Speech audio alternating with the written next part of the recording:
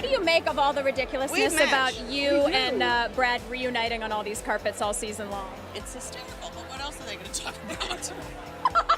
Hollywood has always been a place where love stories are born under the brightest lights and shattered in the harshest glare.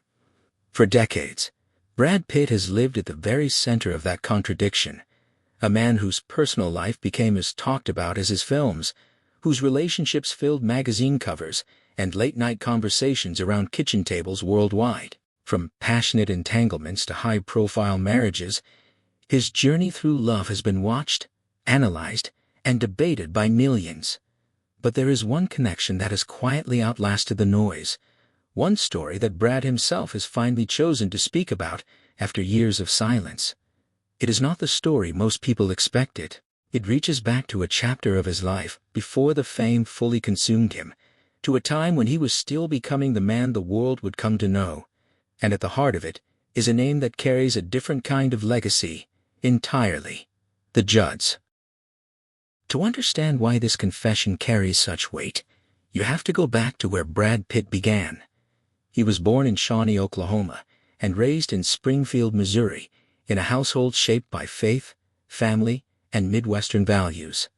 His childhood was ordinary in the best sense of the word: Friday night football, church on Sundays, school plays where he first discovered he could hold a room. When he finally packed everything he owned into a car and drove west toward Los Angeles, he was not yet the icon. He was just a young man with a dream and very little to lose. Those early years in Hollywood were humbling. He waited tables, worked odd jobs, and spent long hours in acting classes hoping someone would finally notice. What people did notice, inevitably, was his face. But Brad was always determined to be more than that. He wanted to be taken seriously, to build something real. And in that hunger, in that period of searching, he crossed paths with people and places that would quietly anchor something deep inside him long before the world knew his name. Country music was one of those anchors. Growing up in the South and Midwest, the sound of country music was not background noise. It was the texture of life itself. Artists who told the truth through song, who carried pain and joy in equal measure through their voices, resonated with Brad in ways that stayed with him. Among those artists, few left an impression like Naomi and Winona Judd, the mother-daughter duo known as the Judds, who had risen from genuine poverty and hardship to become one of the most beloved acts in country music history. The Judds were not a manufactured pop act polished in a studio boardroom. They were the real thing. Naomi Judd had raised her daughters largely on her own, working as a nurse while nurturing a dream of music that most people around her thought was impossible. When she and her daughter Winona finally got their shot, they took it with everything they had. Their harmonies were extraordinary, raw, warm, and deeply human, and their story of survival against the odds connected with audiences across America in a way that felt almost sacred. Between 1984 and 1991, the Judds dominated country music, racking up hit after hit, and winning Grammy Awards that confirmed what their fans already knew: this was something special. Songs like Mama, He's Crazy, Why Not Me, and Grandpa, Tell Me About the Good Old Days became anthems not just for country listeners, but for anyone who had ever loved something deeply and fought to hold on to it. When Naomi was diagnosed with hepatitis C and the duo was forced to retire in 1991, the farewell tour became one of the most emotional moments in country music history. America grieved alongside them. It was during this era, the late 1980s and very early 1990s, that Brad Pitt's life intersected with their world. A young man still finding his footing, still playing smaller roles and hoping for his break, Brad moved in circles where music, entertainment, and Southern roots overlapped. His admiration for the Judds was genuine, rooted in the same values he had been raised with. Their authenticity spoke to something in him that the gloss of Hollywood had not yet covered over. Those who knew Brad during those formative years have described a young man who wore his heart openly, who fell hard for things that moved him: music, art, ideas, people. His connection to the world of the Judds was not a tabloid romance or a red carpet moment.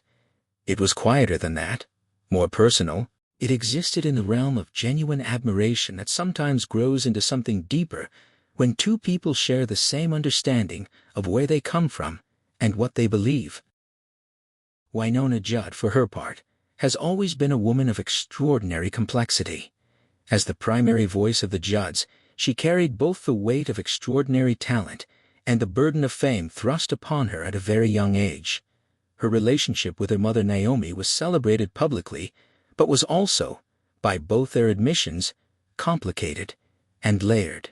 Wynonna was fierce, vulnerable, and disarmingly honest, qualities that drew people to her in ways that went far beyond her music.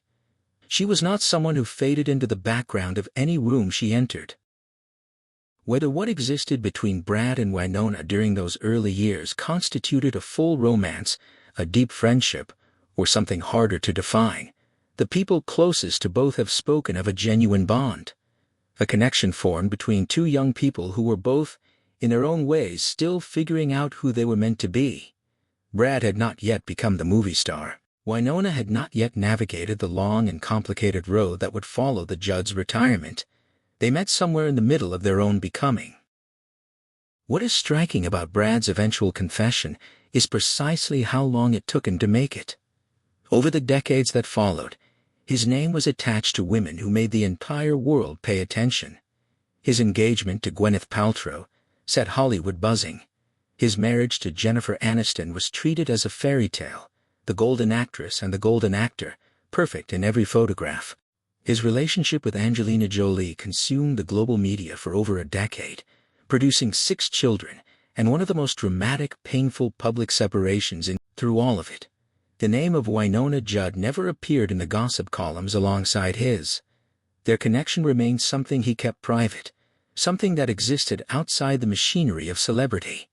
And perhaps that is exactly why it lasted in memory, in meaning long after the bigger, louder stories had burned themselves out. Brad has spoken in recent years, with increasing honesty and depth, about the process of understanding his own life. After his separation from Angelina Jolie, he entered therapy, addressed his relationship with alcohol, and committed to examining the choices he had made and the person he had been. He has described that period of self-reflection as genuinely transformative, not comfortable, but necessary. And it was in that crucible of honest self-examination that certain truths about his past came into sharper focus. When he finally spoke about Wynonna, and about what the Judds had meant to him not just as artists, but as a personal touchstone, as a reminder of a version of himself that existed before fame reshaped everything, it landed differently than any of his previous admissions about love. It was not about passion or celebrity, or the drama of a high-profile relationship.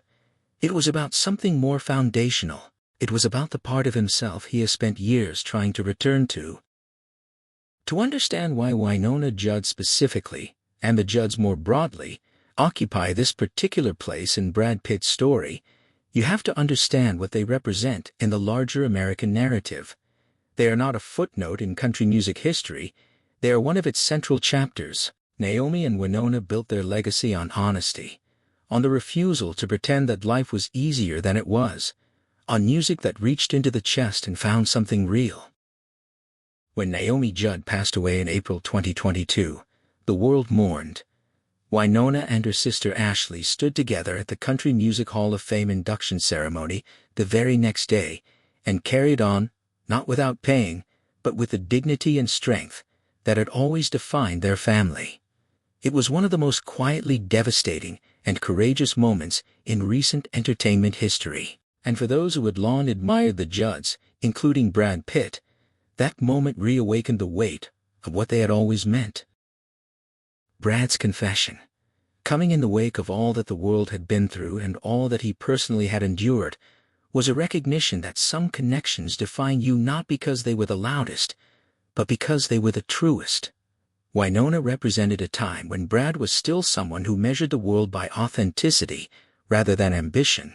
His admiration for her, his bond with the spirit of what the Judds stood for, pointed directly back to the core of who he was before the world got hold of him.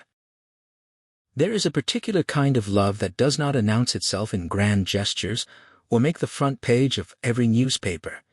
It settles quietly into a person, does its work in the background, and only reveals its full significance years later, when enough time has passed to see clearly, when enough has been lost to understand what was real. Brad Pitt, for all the glamour and drama of his public love life, seems to have arrived at exactly that kind of clarity. His confession about Winona Judd and the world she represented is not a declaration that undoes everything that came after. It is not a rejection of the other loves he has known or the life he built through all of it. It is something more honest than that. An acknowledgement that the deepest impressions are not always the most visible ones, that the loves which shape us most profoundly are sometimes the ones we protect most carefully from the outside world. In naming her and finally allowing that truth to exist in the open, Brad Pitt did something that required more courage than any red carpet confession or award speech tribute. He pointed to a quieter chapter of his life and said this mattered. She mattered. And no amount of time, fame, or noise that came after has been able to change that. Hollywood will always tell love stories. It is built for them. But the most powerful ones are rarely the most elaborate. They are the ones that survive decades of silence and still feel true when they finally surface. Brad Pitt has lived one of the most scrutinized romantic lives in modern history, and yet the confession that cuts deepest is the one about a connection most people never even knew existed. That is, perhaps, the most honest thing of all, that the love of his life was never a headline. She was always something far more lasting than that.